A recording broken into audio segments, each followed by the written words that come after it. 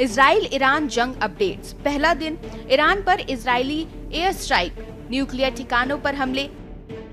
दूसरा दिन, इजरायली हमले में 138 ईरानियों की मौत, रक्षा मंत्री की धमकी, तेहरान जला देंगे। तीसरा दिन, ट्रंप का दावा, ईरान और इजराइल का समझौता होगा, दोनों देशों में लड़ाई जारी। चौथा दिन, इजराइल ने तेहरान में न्यूज चैनल की बिल्डिंग पर बम गिराया, एंकर बाल बाल बची। पांचवा दिन, ट्रंप बोले खामनेई को अभी नहीं मारेंगे, सुप्रीम लीडर कहां छिपा जानते हैं। छठा दिन, ईरानी सुप्रीम लीडर बोले सरेंडर नहीं करेंगे, इजरायली हमले में करीब 600 मौतें। इजराइल ईरान के बीच खतरनाक जंग जारी। इजराइल और ईरान के बीच भीषण जंग जारी है। दोनों देश एक दूसरे पर मिसाइलों की बारिश कर रहे हैं। ईरान और इजराइल में बढ़ते तनाव के बीच अमेरिकी राष्ट्रपति डोनाल्ड ट्रंप ने ईरान पर सैन्य हमला करने की योजना को मंजूरी दे दी है, लेकिन अंतिम आदेश तक इंतजार करने को कहा है। रिपोर्ट्स के मुताबिक ट्रंप ईरान के परमाणु कार्यक्रम को लेकर अगला कदम देखने के बाद ही फैसला लेंगे।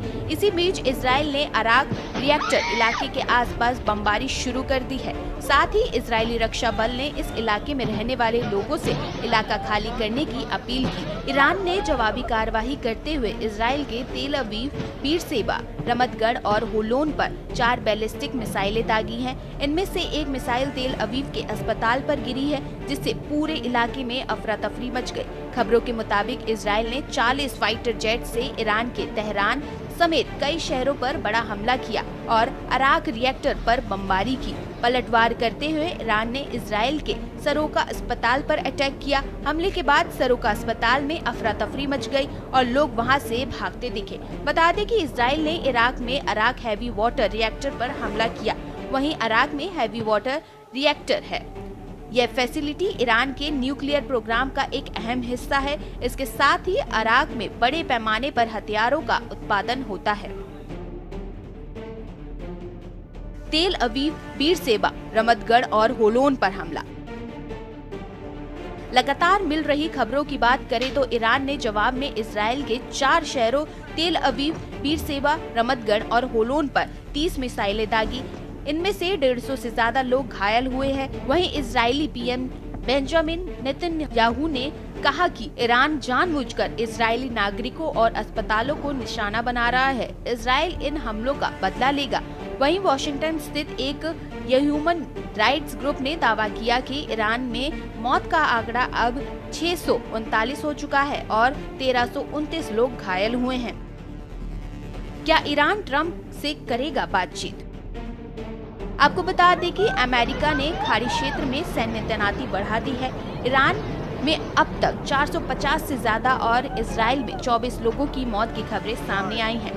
ट्रंप के लास्ट चांस के बीच अमेरिकी मीडिया रिपोर्ट्स में दावा किया जा रहा है कि ईरान ट्रंप से बातचीत के ऑफर को स्वीकार करने के लिए तैयार है। ट्रंप ने एक मीटिंग की है जिसमें बताया जा रहा है कि उन्होंने अपने सैन्य सलाहकारों से भी यह सवाल किया है कि क्या अमेरिका के 30,000 पाउंड वजनी बंकर बस्टर बमों का इस्तेमाल ईरान की अत्यधिक संरक्षित फोर्डो परमाणु साइट को नष्ट करने के लिए किया जा सकता है। ईरान की बैलिस्टिक मिसाइलें कितना असरदार? बता दें कि 13 जून को इजराइल ने ईरान पर घातक हमला किया। इस दौरान इजराइल ने ईरान के परमाणु महत्व के ठिकानों के साथ उसके कई बैलिस्टिक मिसाइलें, लॉन्चरों और एयर डिफेंस सिस्टम को भी तबाह कर दिया। इसके जवाब में ईरान ने भी सैकड़ों यूवी ड्रोन्स, क्रूज मिसाइल और बैलिस्टिक मिसाइलों को दागा। इनमें से कई मिसाइलों को तो इजराइल के आयरन ड्रोन और अन्य एयर डिफेंस सिस्टम ने नष्ट कर दिया। सिर्फ कुछ मिसाइल ही इजराइल की धरती को छू सके। बता दें कि ईरान और इजराइल के बीच कई देश हैं जिन्हें ईरान के मिसाइल और ड्रोनों को पार करना होता है। इन देशों में इराक, सीरिया, जॉर्डन और लेबनान है। इन देशों को हवाई क्षेत्रों को पार करने के बाद ही ईरानी मिसाइलें इजराइल पहुंच पाती हैं। ईरान की बैलिस्टिक मिसाइलें, दूरी और समय। ईरान ने इजराइल पर कुल 370 बैलिस्टिक मिसाइलें दागी। इनमें फतेह 1 और सजिल जैसे सुपरसोनिक मिसाइलें शामिल हैं। ईरान और इजराइल के बीच की दूरी लगभग 13 किलोमीटर से 1500 किलोमीटर है। ईरान की मैक 5 की गति से चलने वाली बैलिस्टिक मिसाइलें इजराइल तक पहुंचने में 12 मिनट का समय लेती हैं। वहीं फतेह 1 जैसी सुपरसोनिक मिसाइल 16,000 से 18,000 किलोमीटर प्रति घंटा की रफ्तार से सिर्फ 6 से 7 मिनट में ही इजराइल पहुंच जाती है। वहीं क्रूज मिसाइलों को लगभग 2 घंटों का समय इजराइल पहुंचने में लग जाता है। ड्रोन को यह दूरी तय करने में 9 घंटे तक का समय लग सकता है। इजरायली एयर डिफेंस से ऐसे बचकर पहुंच रही मिसाइलें। इजरायली एयर डिफेंस आयरन डोम प्रणाली पर निर्भर है, जो एक रडार से सुसज्जित है।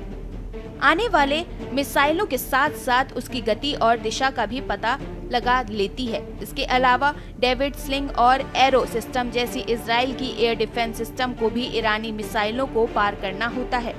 डेविड स्लिंग 40 किलोमीटर और 300 किलोमीटर के बीच की दूरी की मिसाइलों को इंटरसेप्ट करने में सक्षम होती है। वहीं एरो सिस्टम 2400 किलोमीटर तक की दूरी की मिसाइलों को रोक पाने में सक्षम है। नेतन्याहू ने ट्रंप से की फोन पर बात। रिपोर्ट्स के मुताबिक ईरान इजराइल जंग के बीच इजरायली पीएम बेंजामिन नेतन्याहू ने अमेरिकी राष्ट्रपति डोनाल्ड ट्रंप से फोन पर बात की और समर्थन के लिए धन्यवाद दिया। उन्होंने एक बयान जारी कर कहा, इजराइल के महान दोस्त अमेरिका और राष्ट्रपति ट्रंप का हमारे साथ खड़े होना, समर्थन देना, इजराइल की रक्षा करने के लिए धन्यवाद देता हूँ।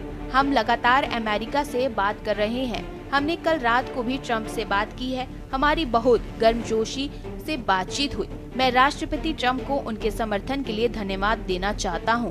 हमने इजराइल राज्य के लिए 2 मौजूदा खतरों को खत्म करने के लिए इन ऑपरेशन की शुरुआत की है। हम इन खतरों को खत्म करने की दिशा में आगे कदम बढ़ा रहे हैं।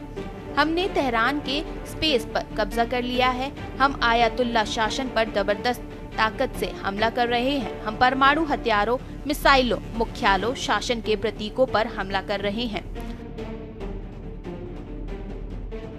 घातक हथियार वार पर वार।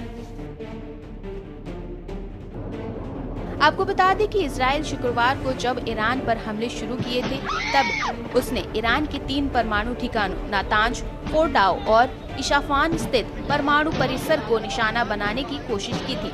इनमें अब तक जो सैटेलाइट तस्वीरें सामने आई हैं, उसमें नातांज में जमीन से ऊपर बने कुछ ठिकानों को नुकसान की पुष्टि हुई है। हालांकि अंडरग्राउंड ठिकाने सुरक्षित बताए गए हैं। वहीं फोर्डाओ में कोई नुकसान की खबर नहीं आई है। इस्फाहान को कुछ नुकसान की बात सामने आई है। अंतर्राष्ट्रीय परमाणु ऊर्जा एजेंसी IAEA के मुताबिक उसे फिलहाल ईरान में कई रेडिएशन फैलाने के सबूत नहीं मिले हैं।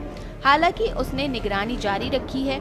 दूसरी तरफ ईरान के परमाणु ठिकानों, जिनमें फोर्डाओ प्रमुख है, उसे नुकसान न पहुंचने की खबरें के बाद इजराइल ने अमेरिका से मदद मांगी है। रिपोर्ट्स की माने तो इजराइल ने अमेरिका से एक खास हथियार बंकर बस्टर बम भेजने की मांग की है। माना जा रहा है कि अमेरिका इस बम को सीधे तौर पर इजराइल को देने की जगह ईरान पर खुद इस्तेमाल करने की योजना बना रहा है। स्पेशल डेस्क के न्यूज़ इंडिया।